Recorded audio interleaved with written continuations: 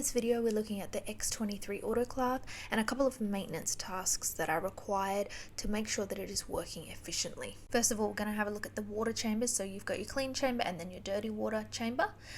It is important that we are cleaning and wiping down the inside of the water tank. And then there is a little filter in the bottom of the clean water tank.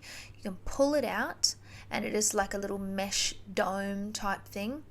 Once you have that removed, this needs to be cleaned about once a week under just running water. That can then be just replaced back into the clean water tank and filled up with demineralized water. Next area is inside the autoclave door. So here we have our bacterial filter. This will alert on the touchscreen when this needs to be changed. Get in touch with Vet1 and we can send you a replacement one. It can be affected by humidity, and the amount of runs that you have run through the autoclave will determine when this needs to be changed. The next component we're looking at is the door seal.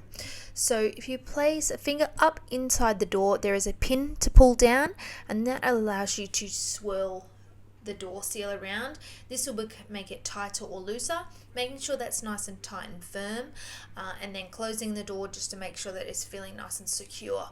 There is instructions on how to do that inside the door on that yellow sticker if you need help with that. The last thing is another filter. It's a chamber filter right in the back of your autoclave chamber. The same as it was in the clean water tank. It's like a little mesh type dome. You just need to remove that, clean it under running water, and then replace it back in the chamber. Sometimes this can attract fur, hair, any kind of debris that might get left in the chamber. This needs to be cleaned once a week.